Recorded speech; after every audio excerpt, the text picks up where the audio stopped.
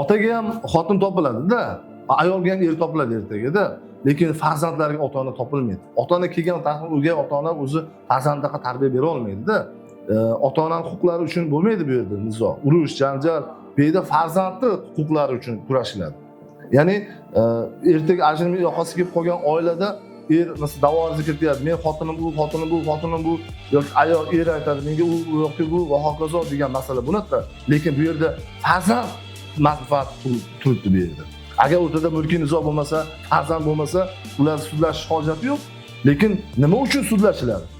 Ertaga bolaning taqdiri, bolaning tarbiyasi, bolaning kelajagi, bolaning moddiy ta'minoti va hokazo qarab bir nechta hammasi farzand taqdiri haqida ketyapti-da. Lekin hech narsa men jamiyatimizda ko'p aytaman, ko'p oilalarga uchun maslahat beraman.